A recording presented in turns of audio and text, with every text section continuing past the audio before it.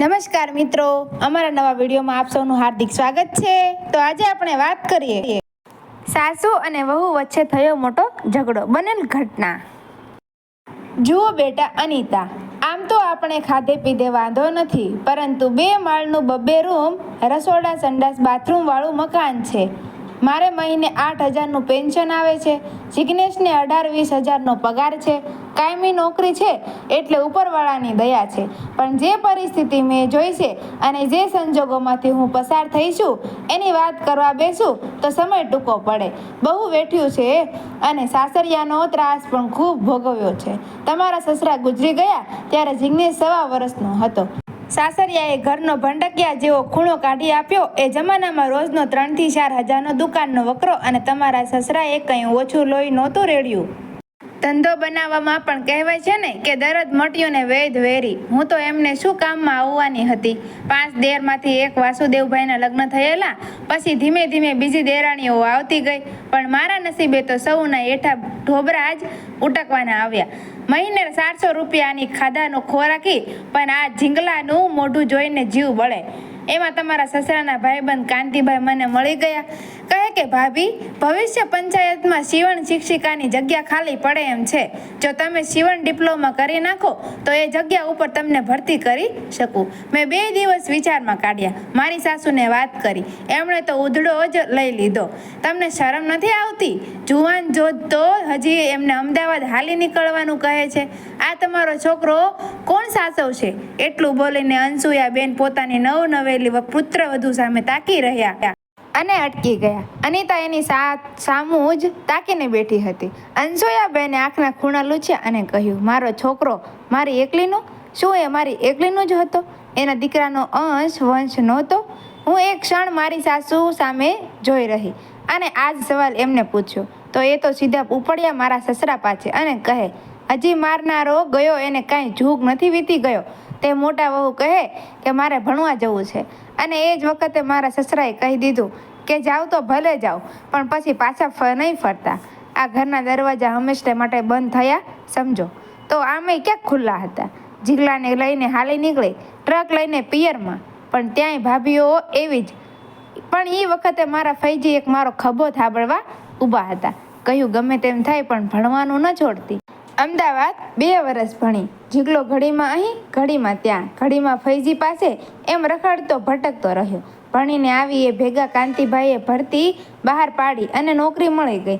વિચારીને અટક્યા, જોયું આમ છે બધું। તાણી ટૂંચીને કેમ ભેગું કર્યું એ મારું મન જાણે છે।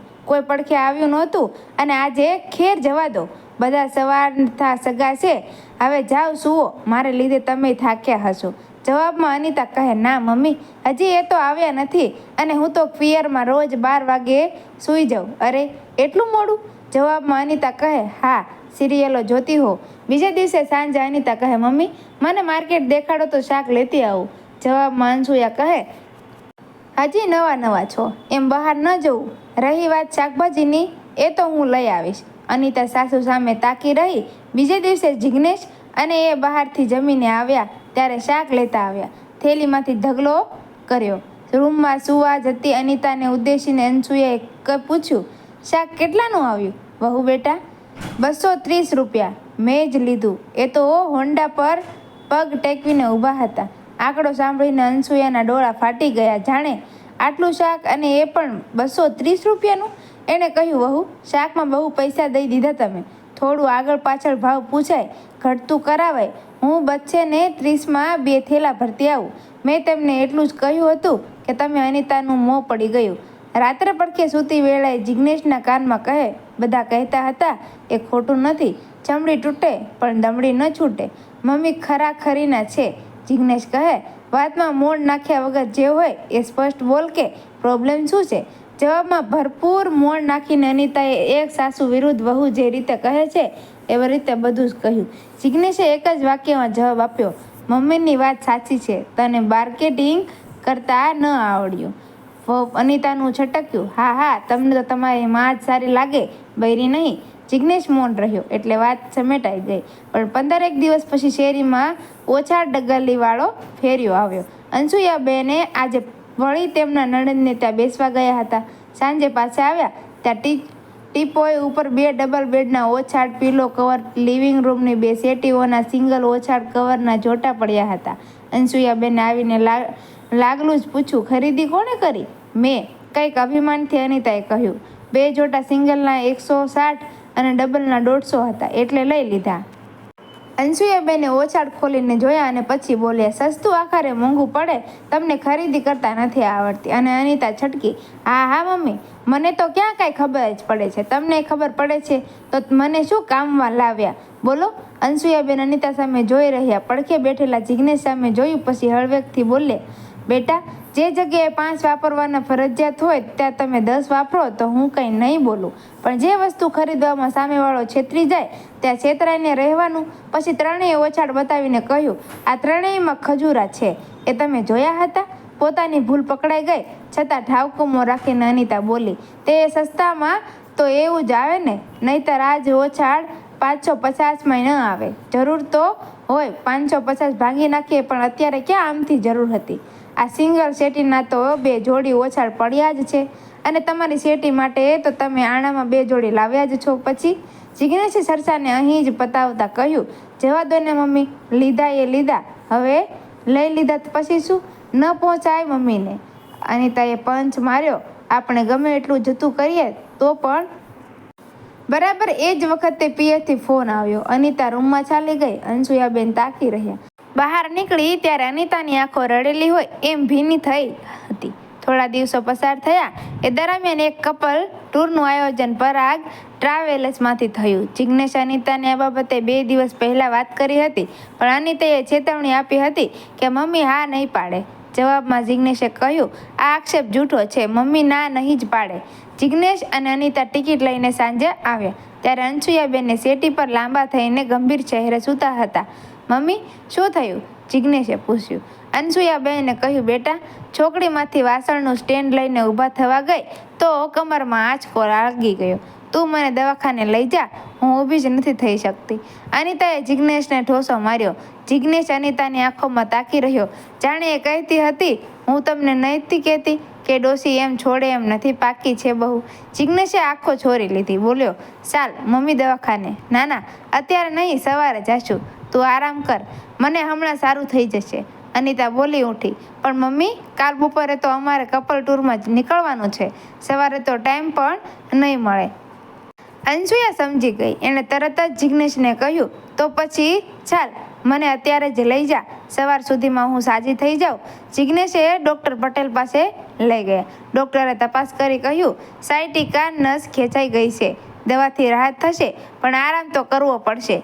જિજ્ઞેશ મૂંઝાઈ ગયો. તેના ખભે હાથ ફેરવીને અનસુયા બોલી, તું મારી ચિંતા કરમાં, હું કાલ સવારે તો ઘોડા વાળતી થઈ જઈશ, તમારે નીકળજો. રાત આખી જિજ્ઞેશ સૂઈ ન શક્યો. અનિતા તો ફરવા નીકળવાના સપના જોવા લાગી હતી. જિજ્ઞેશને થયું, પોતે માને અન્યાય તો નથી કરતો ને? એક બાજુ પત્ની, બીજી બાજુ માં. તે ભીસાતો હતો. બીજા દિવસે બંને ઉઠ્યા ત્યારે 3-4 દિવસ ચાલે એટલે થેપલા અને સુખડી તૈયાર કરી રાખ્યા હતા. અરે મમ્મી, તારી કમર દુખે છે ને તું? મને સારું જ છે. અનસુયા એટલું કહીને સૂઈ ગઈ. અનિતાએ આંખોનો ઈશારો કર્યો, ચાલો હવે તૈયાર થવા માંડો, સમય ઓછો છે. અઠવાડિયા પછી બંને પાછા આવ્યા ત્યારે અનસુયાબેન સાવ પથારીવશ થઈ ગયા હતા. પડખેવાળા 2 ટાઈમ રસોઈ કરી જતા હતા. જિજ્ઞેશ કરુણતાથી કહેતો હતો, અરે પણ ફોનમાં તો તે વાતે ન કરી, સાવ આમ જરૂર નહોતી. પાડોશી બધું કરી જતા હતા એટલે તમને લોકોને હેરાન કરવાનો કોઈ અર્થ નહોતો. આમ પણ નવા લગ્ન છે તમારા, તમે નહીં પણ વહુને શોખ હોય ને ફરવાનો. પણ આ શબ્દે જ અનિતા વિકરી. હા, વાગ તો વહુનો જ આવે, સાસુનો થોડો આવે. જિજ્ઞેશ ગુસ્સે થઈ ગયો તો અનિતા જિજ્ઞેશ સામે ઘાટા પાડવા લાગી. જિજ્ઞેશે એક તમાચો લગાવી દીધો. અનિતા રૂમમાં ઘૂસી હિબકા ભરી રહી.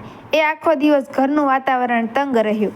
મોડી સાંજે જિજ્ઞેશ ઘરે આવ્યો ત્યારે અનસુયા નહોતી. મમ્મી ક્યાં ગઈ? તેણે અનિતાને પૂછ્યું. અનિતાએ ઉપરનો ઈશારો કરતાં કહ્યું, જેને ભવાડો જ કરવો છે ને એ ગમે તે એટલું કરશો તોય નહીં માને. સોસાયટી અને સગા વહાલામાં એ મૂળ તો તમે ભૂંડી જ સીતરવા માંગે છે. જિજ્ઞેશ ઉપર ગયો. અનસુયા સૂતી હતી. એક રૂમમાં તેનો થોડો સામાન પડ્યો હતો. જિજ્ઞેશે એની પાસે બેસતા કહ્યું, માં, તું નીચે ચાલ, તું આમ જુદી રહે એ મને ગમે. જવાબમાં અનસુયા બોલી, રહેવા દે દીકરા, હું ત્યાં કરતાં અહીં બરોબર છું. જિંદગી સુખ ચેનથી જીવવા મળે તો સારું લાગે છે અને હું અહીં ઉપરના માળે સુખી છું. તું જા. જિગ્નેશ ભાંગલા પગે હું નીચે ઉતર્યો. થોડી વાર પછી પડખેવાળા સુમનબેન અને તેમની પુત્રવધુ થાળી આપવા આવ્યા. થોડી વાર પછી જિગ્નેશ ઉપર ગયો તો સુમનબેનની પુત્રવધુ અનસૂયાના પગ દાબી રહી હતી. જિગ્નેશ નીચી મૂંડી કરીને પાછો ફર્યો. મોડેથી તેણે અનિતાને કહ્યું, જાને બાને ટરસી ખાતર પૂછતો ખરી. અને હા, એમના પગ દુખે છે તો એ એમના પગ દબાવવા માટે લગ્ન નથી કર્યા તમારી સાથે. અને એ બેડરૂમમાં ચાલી ગઈ. બપોરે 2:30 વાગ્યે સુમનબેનને ત્યાં ફોન આવ્યો અને પોતાના તમામ દુઃખ દર્દ પીડા ભૂલી જઈને અનસૂયાબેને દવાખાને દોડી ગયા. ત્યારે અનિતાનું ઓપરેશન કરવાનો નિર્ણય લેવાઈ ચૂક્યો હતો. બાપાનું હાડકું ભાંગી ગયું હતું. અનસૂયાબેને અનિતાના માથે વાત્સલ્યથી હાથ ફેરવતા કહ્યું, હું આવડી મોટી બેઠી છું ને તારી માં, તું જરા પણ ચિંતા નહીં કરતી, બધા જ સારાવાના થઈ જશે. અને પછી અનિતાની નજર સામે જ કોરી ચેકબુક જિગ્નેશને આપતા કહ્યું, 2.5 લાખ પડ્યા છે મારી પાસે, જેટલી રકમ જોઈતી હોય એટલી લખી નાખ, એટલે હું સહી કરી દઉં. પૂરા 2.5 મહિના એક સગી દીકરીની જેમ અનસૂયા અનિતાની સેવા શુશ્રૂષા કરતી રહી. એમાં નવડાવવું ધોવડાવવુંથી માંડીને ખાટલા જ શૌચક્રિયા કરાવી, સાફ કરી દઈને પોતાના જ હાથે પોતાની પુત્રવધૂને કોળિયા દઈ દઈને જમાડવાની તમામ પ્રક્રિયા આવી જતી હતી. અનિતા જાતને કોસતી રહી. 2.5 મહિને જ્યારે તેમણે ધરતી ઉપર પથ્થર પ્રથમવાર મૂક્યો ત્યારે પહેલું કામ એણે દાદરો ચડવાનું કર્યું. અનસૂયાબેન પ્રાઇમસ ઉપર ચા બનાવતા હતા. અનિતા એમના ખોળામાં માથું મૂકીને રડી પડી. મમ્મી, મારી ભૂલ થઈ ગઈ. મેં મા દીકરાને જુદા કરવાનું ભયંકર પાપ કર્યું. હું નગુણી, તમે બાજી હારીને પણ જીતી ગયા અને હું જીતીને પણ હારી. તમે નીચે પાછા આવો. તમારે તમારી સાથે નહીં પણ મારે તમારી સાથે રહેવું છે. તમે જે કર્યું એ મારી સગી માં પણ ન કરી શકે. પુત્રવધૂને પોતાના આલિંગનમાં લઈ તેના અનસૂયાબેન કહ્યું, મેં ક્યારેય તને મારી વહુ માની જ નથી, દીકરી જ માની છે. મારે તને જે કહેવાનું હતું એ કહેલું. ભલે તને એ વખતે મારા વેણ કડવા લાગેલા, પણ તારી જિંદગી કડવી કરી નાખવાનો મારો કોઈ ઈરાદો નહોતો. આખરે તો કડવા જ મીઠા બનતા હોય છે ને. સાસુ વહુના સંબંધોનું આ જ તો સત્ય છે. મિત્રો, વિડીયો ગમ્યો હોય તો વિડીયોને લાઇક કરજો, શેર કરજો અને અમારા આવા જ નવા વિડીયો જોવા માટે અમારી ચેનલને સબસ્ક્રાઈબ કરી દેજો. તમારા ઘરે સાસુ વહુના સંબંધો કેવા છે કમેન્ટમાં જરૂરથી કહેજો. ધન્યવાદ.